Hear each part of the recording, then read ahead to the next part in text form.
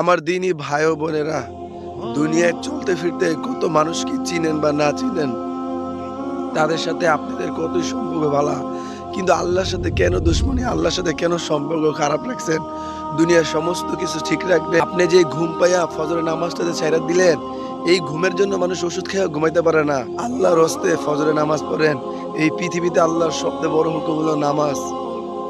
আপনার নবী যখন দুনিয়াতে চিরবিদায় নিবে, তখনও বলতেছিল, এ উম্মতি নামাজ নামাজ, আমার উম্মতরা নামাজকেও না ছাড়ি।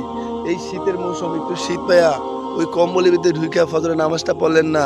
যে ব্যক্তি নামাজ পড়ে না, তার ইজ্জতের কসম, ওই ব্যক্তি কখনো আল্লাহকে ভালোবাসে না। যে ব্যক্তি মাথায় টুপি মুখে দাড়ি রাখে না, সে কখনো আল্লাহ নবীকেও ভালোবাসে না।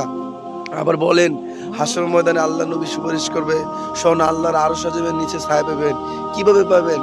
দুনিয়া ক্ষণস্থায়ী নাজ নিয়ামত পাইয়া স্ত্রী, সন্তান, বিবি, বাচ্চা মুখে হাসি ফোটানোর জন্য দুনিয়ায় কত কাজে পেরেশান হয়ে করেন, কিন্তু এক এক তো নামাজ আল্লাহর মসজিদে যে সময় দিয়া এক এক তো নামাজ যে পড়বেন, এই সময়টা হইতেছে না।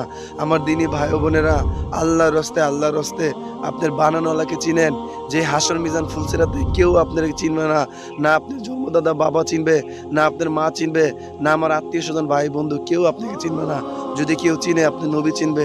এখনো সময় আছে, নবীর সুন্নত মতন চলেন, জীবনটা পরিচালনা করেন, আল্লাহর সাথে ভালো সম্পর্ক রাখেন, 5 ওয়াক্ত নামাজ পড়েন। আল্লাহ সাক্ষী, নামাজ ছাড়া দ্বারা আল্লাহকে কখনো ভালোবাসা হয় না। লোভ দেখানি ভালোবাসা আল্লাহর কাছে কোনো দাম নাই। প্র্যাকটিক্যালি নামাজ কালাম পড়ে আল্লাহকে ভালোবাসেন, আল্লাহ আপনাকে দুনিয়া যা যা দিবে, দুনিয়া সম্মান দিবে, দুনিয়ায় নেক হায়াত দান করবে, পরকালে জান্নাতে আবু বকর, ওমর, আল্লাহ রাসূলের সাথে থাকতে পারবেন। শোন, আল্লাহ তাআলা আপনার সাথে দিদার করবে ইনশাআল্লাহ।